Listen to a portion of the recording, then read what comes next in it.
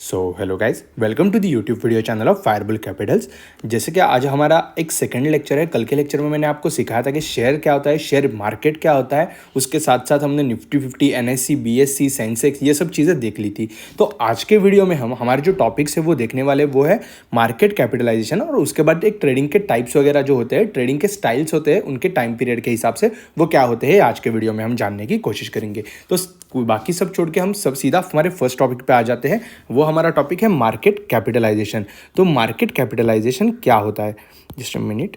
Market capitalisation,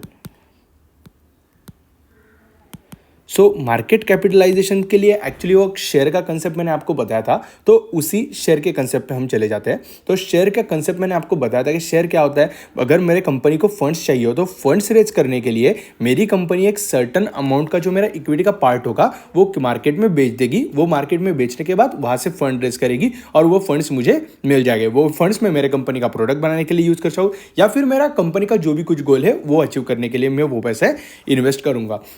तो सबसे पहले आउटस्टैंडिंग शेयर क्या होता है ये जान लो। इससे पहले आउटस्टैंडिंग शेयर मतलब क्या था, चलो मान लेते हैं मेरे कंपनी के हैं 100 शेयर्स।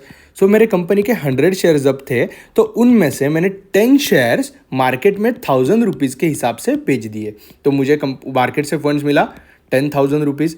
तो चलो ये जो 10 ये शेयर्स थे वो मेरे हाथ में नहीं थे, मैंने वो मार्केट में बेच दिए थे। वो मेरे हाथ में नहीं थे, इसलिए उसको कहा जाएगा आउटस्टैंडिंग शेयर्स। मैंने बेचे थे 1000 रुपीज़ के हिसाब से। ये जो total number of outstanding shares था वो शेयर की करंट जो प्राइस है, मैंने 1000 रुपीज़ के हिसाब से बेचा। चलो मान लेते हैं कि थोड़ी प्राइस बढ़ती गई और बढ़ते बढ़ते 1100 वगैरह तक चली गई, तो मुझे मार्केट से 10 इंटू 1100 मतलब एक समवेयर अराउंड 11,000 रुपये मार्केट से मिलेंगे। तो ये मेरे कंपनी का हुआ मार्केट कैपिटलाइजेशन। इसके लिए एक सिंपल फॉर्मूला है। फॉर्मूला क्या रहता है, नंबर ऑफ आउटस्टैंडिंग शेयर्स मतलब multiplied by current price of share.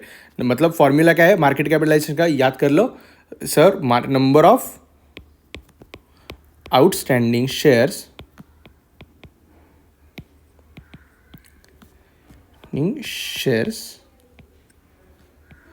Multiplied by current share price, ये होता है मार्केट कैपिटलाइजेशन। मार्केट कैपिटलाइजेशन के हिसाब से कंपनीज के तीन, मतलब अभी तो मैंने आपको ये मार्केट कैपिटलाइजेशन सिखा दिया, पर मार्केट कैपिटलाइजेशन का फ़ायदा क्या है ये भी जानना इंपॉर्टेंट है। मार्केट कैपिटलाइजेशन के हिसाब से कंपनीज के 3 पार्ट पड़ते हैं, 3 टाइप्स होते हैं। एक्चुअली फिक्स तो यहाँ पे कुछ नहीं होता, बट कुछ लोग जो मतलब जो अमाउंट मैं आगे बताऊंगा वो फिक्स नहीं होती, बट एक सर्टन अमाउंट के लिए एक सिंपल एनालिसिस के लिए हम ये याद कर लेते हैं। चलो 3 टाइप्स होते हैं मार्केट में, मार्केट कैपिटलाइजेशन के हिसाब से। पहला होता है स्मॉल कैप कंपनीज, दूसरा होगा मिड कैप कंपनीज, और तीसरा होगा large cap companies.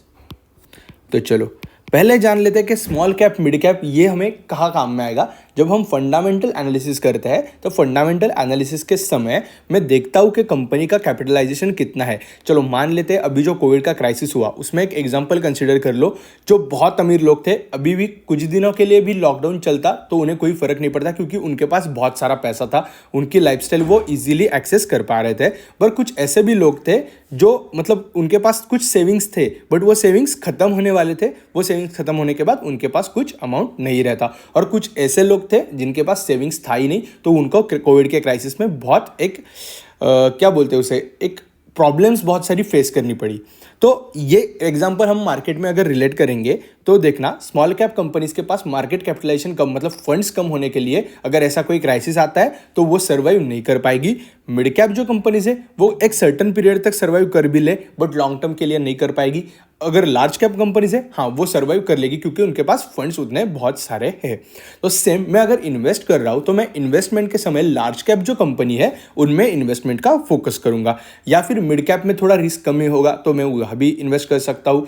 Small cap में हाईएस्ट रिस्क है, बट अगर उसके अदर फंडामेंटल्स अच्छे हैं तो मैं उस कंपनी में जा सकता हूँ। तो स्मॉल कैपिटलाइजेशन वाली कंपनीज, मिड कैपिटलाइजेशन, ये डिफाइन कैसे करते हैं, तो कुछ लोग कहते हैं कि 5,000 करोड़ टू 15,000 करोड़ या फिर 20,000 करोड़ जिनका कैपिटलाइजेशन है वो हुए स्मॉल कैप वाली कंपनीज यहाँ पे एक करेक्शन देता हूँ, 1000 से लेके 5000 तक ले लो, चलो जस्ट मिनट, यहाँ पे 5000 करोड़ तक जिनके कैपिटलाइजेशन है वो है स्मॉल कैप, जहाँ जिनका 5 to 20 CR है वो है मिड कैप, और जिनका 20 to 100 या फिर उसके आगे प्लस प्लस प्लस वो जो है वो लार्ज कैप में कंसिडर होगी। इसके लिए श्योर शॉट कोई नंबर नहीं है। कुछ लोग कहते हैं कि स्मॉल कैप कंपनीज जो है उनका रहता है कि 1 to 7 crore 1 to 7,000 crore so mid cap वालों का रहता है डिपेंड अपॉन 7 to 15,000 करोड़, और यहाँ पे जो लार्ज वाली है लार्ज वालों का रहता है 15 to 70,000 करोड़। बट कंपनी का जो कैपिटलाइजेशन है वो बढ़ते ही जाता है सो सर्टन अमाउंट हम ऐसा फिक्स नहीं कर सकते, बट एवरेज निकाल सकते हैं कि ये स्मॉल कैप है, मिड कैप है या फिर लार्ज कैप है, हम ये कंसिडर तो इससे कर सकते हैं। चलो, तो ये मार्केट कैपिटलाइजेशन का फायदा था। मार्केट कैपिटलाइजेशन कहाँ पे हमें यूज होगा? मार्केट कैपिटलाइजेशन के यूजेस है हमें फंडामेंटल। चलो, मार्केट कैपिटलाइजेशन के यूजेस भी हम देख लेते हैं। के यूजेस फंडामेंटल एनालिसिस में होगा। चल, एनालिसिस में हमें यूज का यूज होगा। अनदर यूज क्या है? हमारा इन्वेस्टमेंट रिस्क हमें पता चल जाएगा, मैं कौन सी कंपनी में वो पैसे मेरे इन्वेस्ट कर रहा हूँ, उसका कैपिटलाइजेशन क्या है, उससे मेरा रिस्क भी पता चल जाएगा। अगर स्मॉल कैप है तो हाई रिस्क है, मिड कैप है मीडियम रिस्क है, और अगर लार्ज कैप है तो हाँ ठीक है, मैं सेफ खेल रहा हूँ, उसमें मेरा वो लॉन्ग टर्म के गेम में सर्वाइव कर लेगी, तो एक सेफ साइड मुझे मिल जाती है। सेकेंड टॉपिक है trading styles with respect to duration. चलो, तो हमारा हेडिंग दे देते हैं trading styles with respect to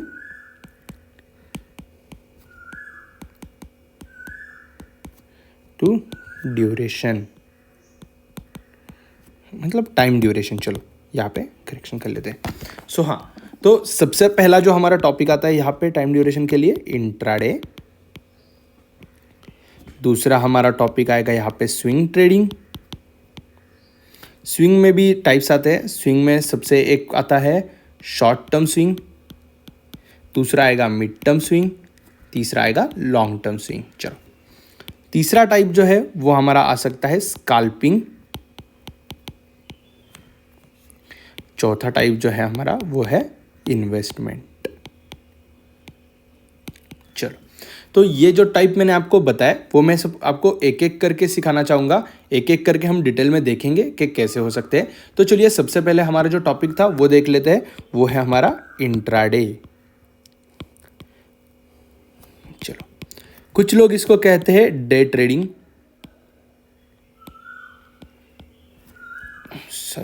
हाँ। तो डे ट्रेडिंग का मीनिंग क्या होता है सबसे पहले ये जान लेते हैं। डे ट्रेडिंग मतलब आप कोई भी शेयर एक दिन में खरीदते हो और उसी दिन में बेच देते हो। मार्केट का टाइमिंग होता है 9:15 टू लेके 9, चलो यहाँ पे लिख लेते हैं हम 9:15 टू 3:30। इस टाइम में आप कोई भी शेयर खरीदते हो या फिर बेच देते हो, या फिर बेच के खरीदते हो, खरीद के बेचते हो, मतलब ट्रेड करते हो। चलो, एक वर्ड यूज कर लेते हैं हमें, या एक ट्रेड कर लेते हैं हम। उसी दिन में करते हैं, उसे कहा जाता है इंट्राडे। हम उसी दिन में कर रहे हैं तो हमारा ब्रोकर हमको बोलता है, अरे सर आप एक दिन के लिए शेयर खरीद ले हो तो मेरे तरफ से आप उस पर एक मार्जिन भी ले लो। अगर 1000 रुपीज़ का शेयर है तो आप मेरे से 200 रुपये में ले लो, या फिर कुछ भी। Broker to broker margin vary करता है, बट एक सर्टन मार्जिन पे ब्रोकर हमें वो शेयर दे देगा। वो शेयर हम खरीद के हम उसी दिन में बेच सकते हैं। पर उसके साथ साथ ब्रोकर हमें और एक चीज़ भी बताएगा, अगर आपने वो शेयर उस दिन में मतलब 315 के अराउंड नहीं बेचा तो वो शेयर मैं खुद बेच दूंगा, और अगर मैंने बेचा तो मैं उस पर चार्जेस भी लगा दूंगा। ये बात हमें याद रखनी है। तो इंट्राडे के लिए अगर हम शेयर खरीद रहे हैं तो हमें उसी के दिन में वो स्क्वायर ऑफ करना पड़ता है, या फिर मतलब वो दिन के बाद हमारा मतलब वो दिन के एंडिंग में ब्रोकर खुद से ही वो इंट्राडे स्क्वायर ऑफ कर देगा। तो स्क्वायर ऑफ टर्न यहाँ पे आया है, तो स्क्वायर ऑफ टर्न यहीं पे समझा देता हूँ। स्क्वायर ऑफ क्या होता है? स्क्वायर ऑफ मतलब ट्रेड एग्जिट करना, ये याद रख लो, ट्रेड एग्जिट करना। मैं आगे जाके आपको डिटेल में ये सब चीज़ें सिखाना ही वाला हूँ, बट मैंने आपको वर्ड यूज़ किया तो कुछ लोगों को कन्फ्यूजन हो सकता है कि स्क्वायर ऑफ क्या होता है। तो हमें सेम डे में ऑर्डर एग्जिट करना पड़ता है, तो उसे कहा जाएगा इंट्राडे। चलो, तो सेकेंड हमारा था जो हम देख रहे थे वो है स्विंग ट्रेड। स्विंग ट्रेड क्या होता है कि एक सर्टन मतलब टाइम पीरियड के लिए हम खरीदते हैं, मतलब एक दिन, 2 दिन, 1 मंथ, 2 मंथ, या फिर हाँ मंथ्स में उसका कैलकुलेशन होता है। तो तब तक हम खरीद लेते हैं, उसके आगे हम वो बेच देंगे। यहाँ पे हमारा टारगेट अचीव हो जाएगा तो उसके बाद वो शेयर हम बेच देंगे। उसके साथ साथ स्विंग ट्रेड में और एक भी इंक्लूड है, वो होता है BTST और STBT। वो भी आपको यहाँ पे बताना चाहूँगा मैं। BTST मतलब बाय टुडे सेल टुमारो। चलो याद रख लो, यहाँ का मीनिंग होता है सेल टुडे बाय टुमारो। कुछ लोगों को ये थोड़ा वियर्ड लगेगा, मैं ये कंसेप्ट आपको थोड़ा बाद में डीप ब्रीफ में समझाऊंगा। वो कंसेप्ट आप अभी तक तो क्लीन कर लो, बट BTST तो आपको समझ गया होगा। मैं आज खरीद रहा हूँ, प्राइस बढ़ने के बाद में बेच दूंगा। तो ये हुआ हमारा स्विंग ट्रेड का फर्स्ट टाइप, BTST या फिर STBT। चलो, तो सेकेंड टाइप जो हम देख रहे थे वो हमारा है, अब 3 टाइप जो मेनली मैंने आपको पहले चार्ट में बताए थे वो है शॉर्ट टर्म स्विंग, दूसरा होगा मिड, तीसरा होगा लॉन्ग। शॉर्ट टर्म में हमें सेवरल डेज, मतलब आज खरीद रहा हूँ कल बेच रहा हूँ, तो समवेयर 1 डे हम ये, चलो कुछ डे टू वीक्स, उसके लिए हम ये खरीद रहे हैं। मिड टर्म में सम वीक्स, 2 मंथ्स, इसमें सम मंथ्स, मतलब 1 महीना प्लस 1 मंथ प्लस से लेके 3-4 मंथ्स भी पकड़ लेते हैं, या फिर 7-8 भी पकड़ लेते मंथ्स, हम वो शेयर होल्ड करेंगे तो उसे कहा जाएगा लॉन्ग टर्म। और जो 1 ईयर के प्लस है, मतलब 1 साल से मैं प्लस में इन्वेस्ट कर रहा हूँ, उसे कहा जाएगा इन्वेस्टमेंट। वो होती है मेरी लॉन्ग टर्म के लिए इन्वेस्टमेंट। इन्वेस्टमेंट क्या हुआ मेरा? Investment is